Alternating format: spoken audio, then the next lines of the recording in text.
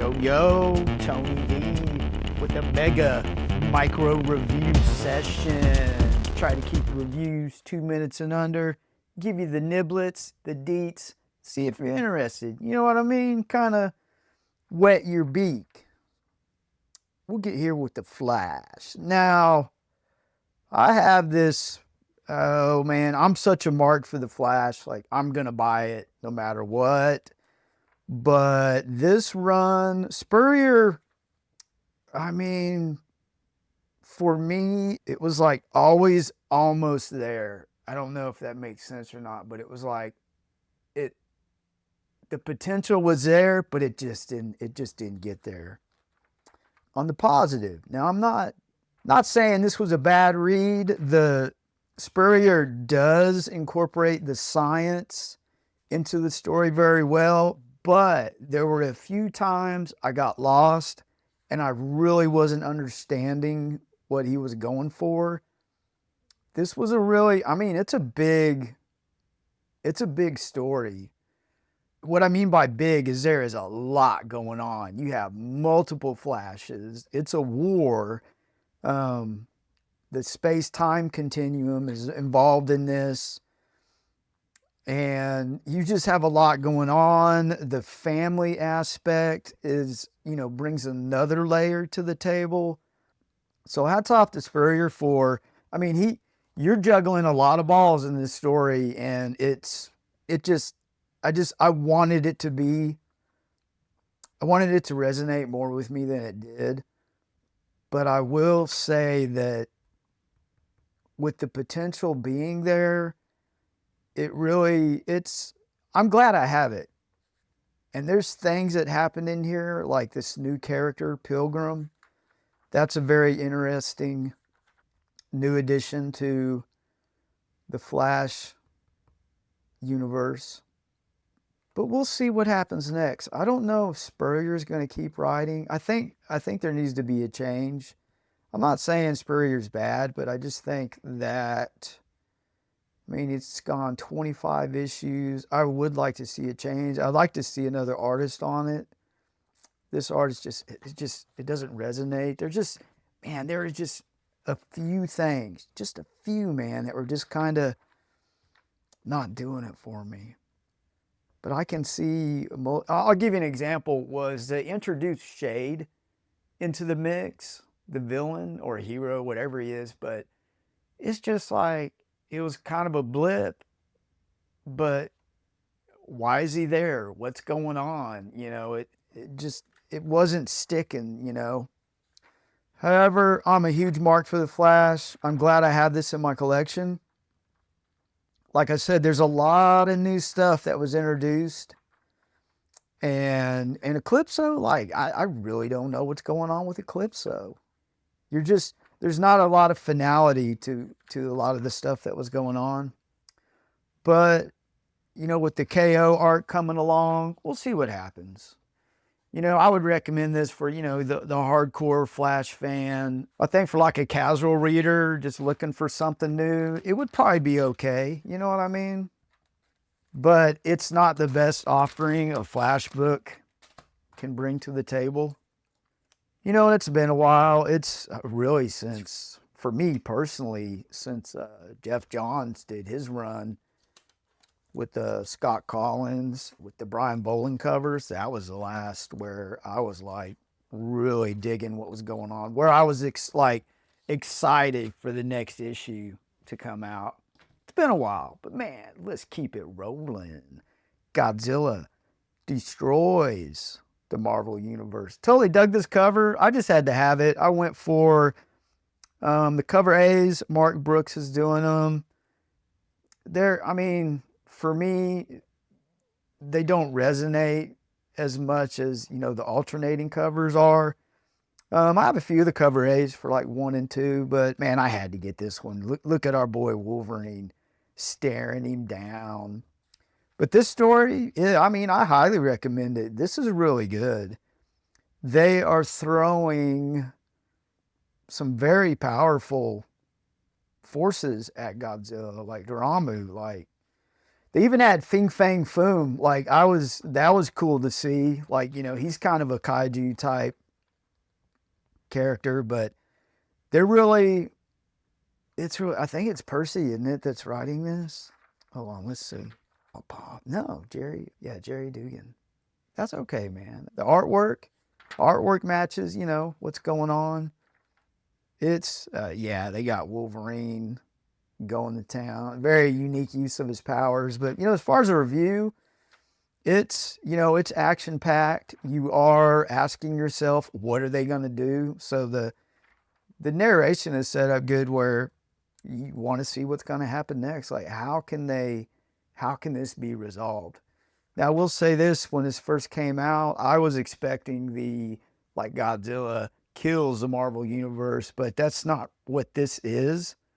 So we'll see how it goes. I don't think he's killed anybody. I think it's all been just neutralizing. The Fantastic Four went down first. I believe they are like caught in the negative zone, I believe. But they are coming up with pretty cool ways of fighting them. Like Gambit charged these huge cards, and you have Rogue, Colossus throwing them, and Jean telekinesis. So that gives you a sense of the weight of what's going on, where it's a huge adversary. So great use of powers. X-Men always do a great job of working together. You know, that's the writer bringing that to the table, but it's a good job, Gerry. Love the cinematic feel of the paneling. You have a lot of that going on. Yeah, this is really crazy right here. With a lot of I mean, Godzilla is in everything now, right? I mean, just, it's almost too much. I mean, are you kidding me? But hey, man, if it's selling, you know, they're gonna do it. But this one right here, for me, it's going good. I think there's some secret type stuff, not really secret, but things just we haven't been revealed yet. So there's a sense of mystery. And, oh, they're going to have giant size Hulk versus Godzilla. So, yeah, like, I mean, check it out. You have like some huge weapons. So I do love the way the writer's setting up these unique ways of combating a kaiju. Man, I recommend it. If you're hardcore Godzilla, of course you're going to be on it, but it's a good offering. You're just left with this. How are they going to deal with this? Because you can never put Godzilla away forever. But I wonder what the universe designation is for the Godzilla universe. Because it's not the main universe, but it's like, it'll be interesting to research that and see, you know, what's the designation? Totally love like Elseworld or What If World, you know, all that stuff. It's good stuff. I like it. We have some Justice League Unlimited. Love my Justice League. You get more bang for your buck with these group magazines. I've always said that, you know, and it's, Justice League was off the table for a while. But as far as the review goes, this is pretty action-packed. They had a parademon on the satellite, and it was kind of really a Trojan horse, and more parademons came out. So Mr. Terrific is on his own. So he really, and I mean, he's on the run, so it's action-packed. It's, once again, very cinematic with your paneling. I totally love that, you know, boom, boom, large. So they're trying to, the time trapper who is Doomsday, which I don't know, man, it's just so weird to me. But they're trying to save his life, and there's a space-time continuum factor there that there's like a time dilation where the satellite is disintegrating. So you get the sense of urgency is done like extremely well, because I was like, wow, this is crazy. And you have Mr. Terrific. is on his own. He's trying to get help, but they're like, hey, you're on your own, man.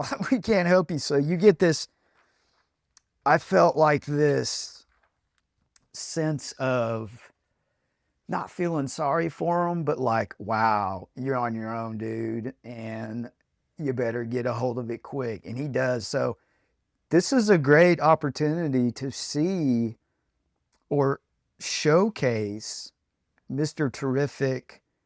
He's being more athletic. He's using his mind, but this is more really athletic and thinking on your feet. It's a different kind of thinking, right? He doesn't have time, so it's really fast, and it's a cool change to see him like that.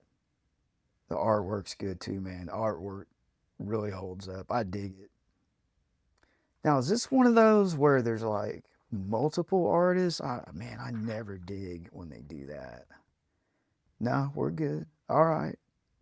Yeah. You know, the reason I say that is because the artwork looked a little different, a little off from this to here, but you know, man, no biggie. Review-wise, you are good to go.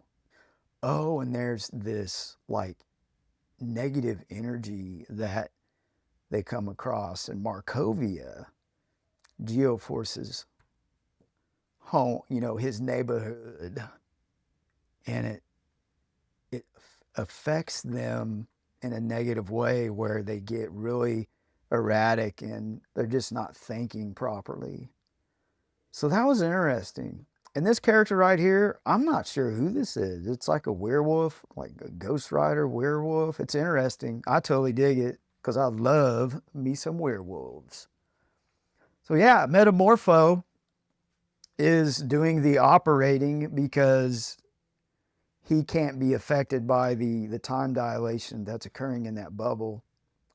And this was like the sense of urgency just ramped up. Like the whole urgency, it is, you can feel it. Like everything that's going on, it's just like, okay, here's another problem.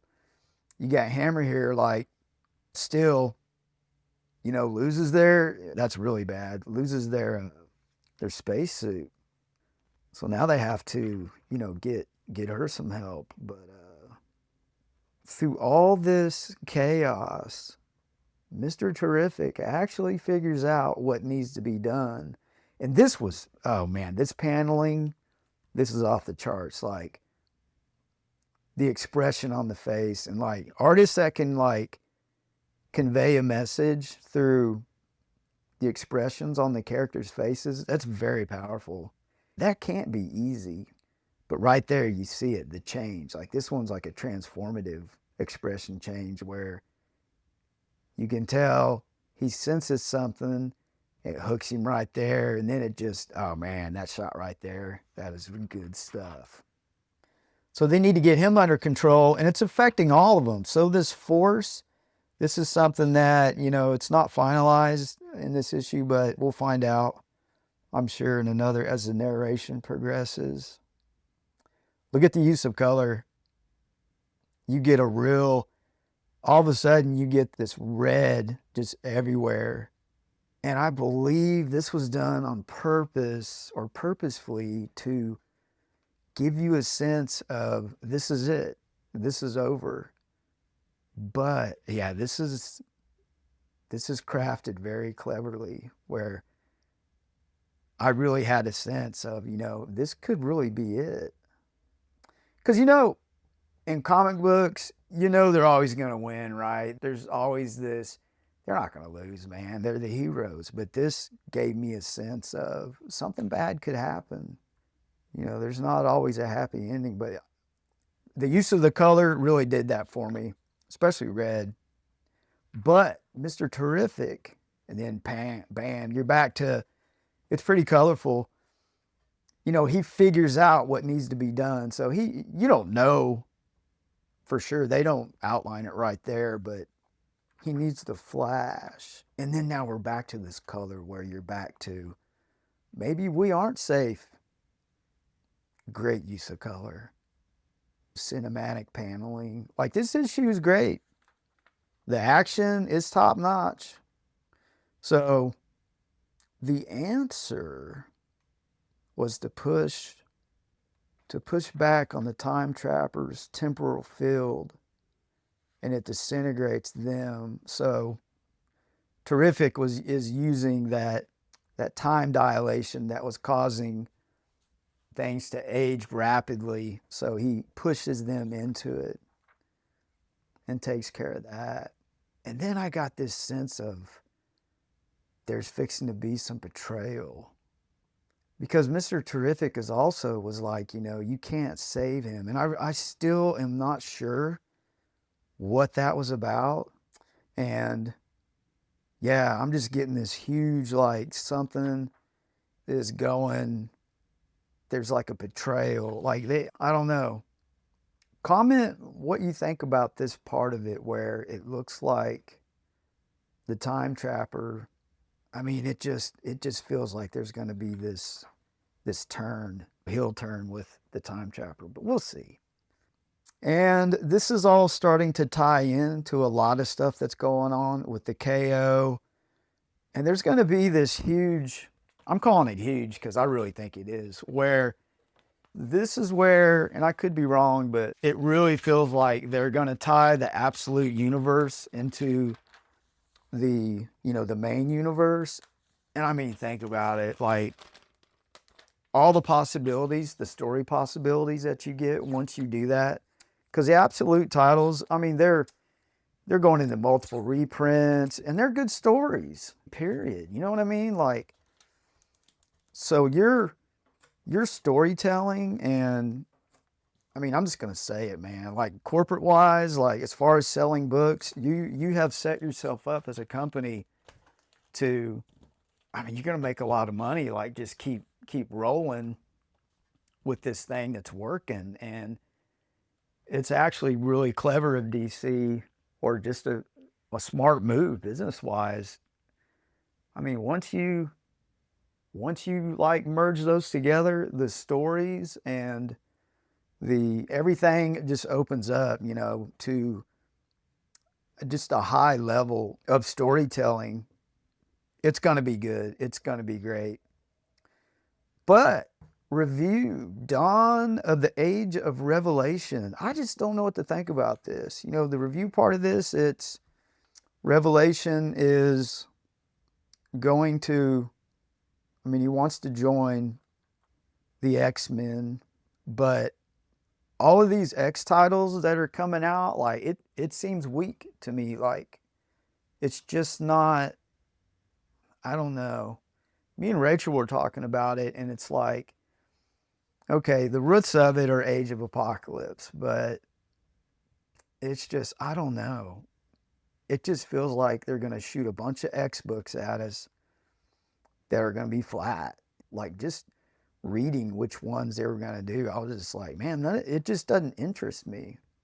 However, this offering, you have, I do like Stegman's artwork in this. He's killing it.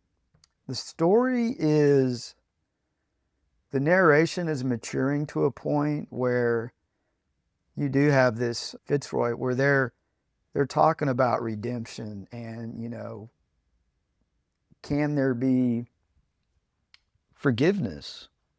And they really lean on Psylocke, like what she's been through and, what she's done. And they're making these comparisons to Fitzroy.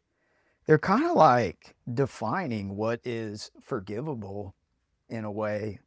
But, we'll see how that matures as we go along. That seems to be a staple in the X-Men books. And you just have more. So, yeah, here's some more of that with McCoy and Juggernaut. They expand on it more here, where Juggernaut actually tore someone's head off on their last mission. Like, literally, that's what he did. And they get into an argument about it. And the Juggernaut really makes a point, like, this is war, and that's what happens in war. So what is too far? And who makes that decision? It reminds me of, I did a review of Black Summer. That was the same concept. is who decides what's right, what's wrong, what's too far. It's actually it's good storytelling. And X-Men have always been that way. So you get more, I like this new mutant right here. As time goes on, she can turn into a lizard as well as a bird. So it'll be cool to see how that matures as the book goes along. But really, Jed MacKay is just he's doing a very fine job of the relationships and just setting up the narration to where, like, who's going to go too far? I feel that happening, that somebody is going to really go too far.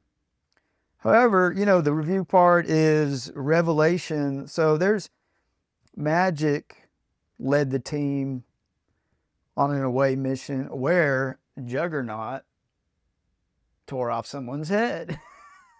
So Scott, he's, there's some talk about that, but you are introduced to Revelation, who shows up, and he wants to join. So it's like, here's another who decides who can be on the team, and Scott Summers is like, it's a team vote. Like, this expression here on his face, I think we all know from some of the books that have been coming out that it's just not going to go good. But what an expression there. So good job. I believe Stegman's doing, they swap it now, C.F. Villa. So yeah, Stegman's been doing the covers. It's good. I like the covers. So he makes the pitch, to be on the team, and it's pretty much a resounding yes. However, I found this interesting, where McCoy abstains, and also Zorn. I found that interesting. Don't know why. I guess you got to have some of that. It's not really conflict. It's healthy conflict, I would say. Welcome to the X-Men. And then you get this pop, like something's up. So it really looks like when they had that handshake, I believe some space-time continuum stuff initiated. That's such a cool shot. Villa's pretty good, man. So yeah, this is probably my favorite X-Men title right now going. It was X-Force, and then they just stopped. That was weird. If you got any deets on that happening, let me know, man. There's weird stuff that happens in the business. Like, I need to find out more how some of that works. And I'll give you an example, like the cancellation of Jason Todd. It's like, how far along did they get along? You know what I mean? What happens with all that? I mean, I would love to get some of that. Like, wouldn't it be cool to have some of the original art?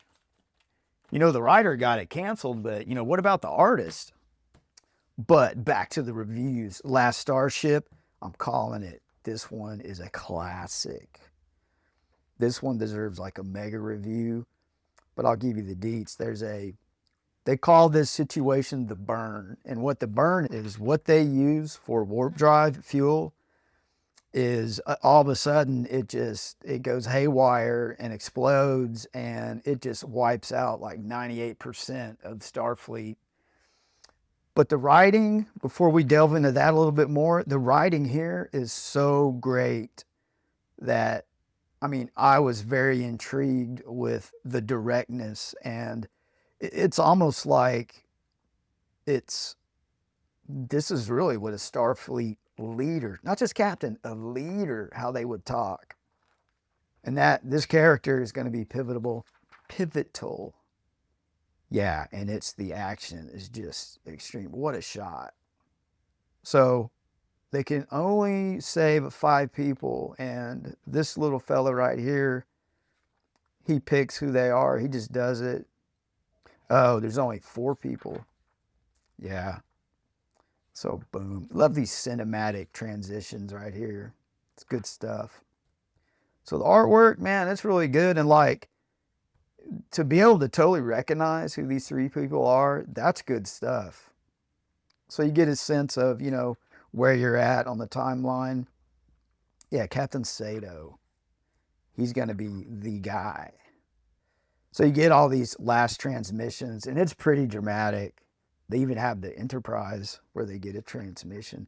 And I don't think this means anything, but that transmission was the one that really had more emotion to it. Just thought that was interesting.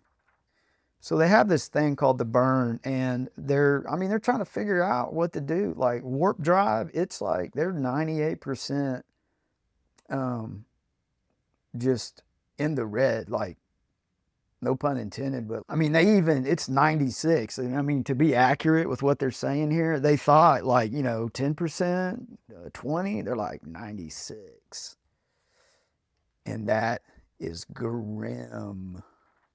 Oh, I love the shadow. Like, just the whole, what great artwork and paneling. I can't say enough about how much I enjoyed this. And Sato, just more of that leadership talk where it's like, no, man, we don't just sit here. We're Starfleet. We need to make a presence known in the midst of this. And they're like, well, what are we going to use? And he's like, use trans-warp, which is a Borg technology. And if you know anything about the Borg, it is not the most sought-after adversary or friend or partner that you want. And then what a great intro. You have one of them show up, and there is like a negotiation process. And you've gotten to a point in the universe here where they've gone beyond the whole assimilation part of it. They've matured as an AI. That's kind of a weird thing to say, but it's true. So does that mean like the human parts are still in there, or is it just the AI becoming self-aware to a point where it's like what we were doing is wrong? It's very interesting. So they strike up a deal, and the deal is they want access to a particular project. This is really good. And they're also introducing some relationships, and they do a good job of that. Like these two right here, I believe. So the Captain Sato, this guy, boom, boom, were the ones that were saved from that catastrophe. And I found this really interesting. Like, can you really trust a Borg? The USS Omega, the beginning, totally cool. You get a little narration there. I'm not the biggest fan of stuff like that, but I don't know. It is what it is. So you get more of their relationship. They may be lovers from the way they're interacting with each other, or just being compassionate. So you see the Borg. This is what they wanted access to. And it's really, I was trying to think who this is as this is all going on. So that's really cool to get that feeling of trying to figure something out in the midst of what's going on. And I'm not sure who that is. If you know, man, smarten me up. I'm not a hardcore Star Trek fan, but you don't have to be. This is written, I mean, it's on point. Even if you're trying, yeah, the Klingons, of course, are introduced there. So you get a brief introduction of some antagonist action. So I'm not sure who that is. But yeah, like I was saying, you don't have to be, I would highly recommend that as an alternate cover. I'm going to get it for sure. You don't have to be a hardcore Star Trek fan. I mean, it's just sci-fi. This is great sci-fi, and anybody could enjoy it. You know, is it Captain Kirk? I don't know. I'll have to check it out, man. I'll have to do some more research. But you guys, you can let me know. It's cool. Yeah, man, I wouldn't sleep on this if you're a sci-fi fan. This is great stuff. The writing is really good. Artwork on point. Totally dug some of that paneling too, with the shadowing of the faces and that real somber moment of just like, hey, we're screwed. But they come out of it, man. Starfleet with Captain Sato, man, you got a shot now. Totally be interesting to see how the Borg plays out. What do you think? Can you trust that AI? I don't know.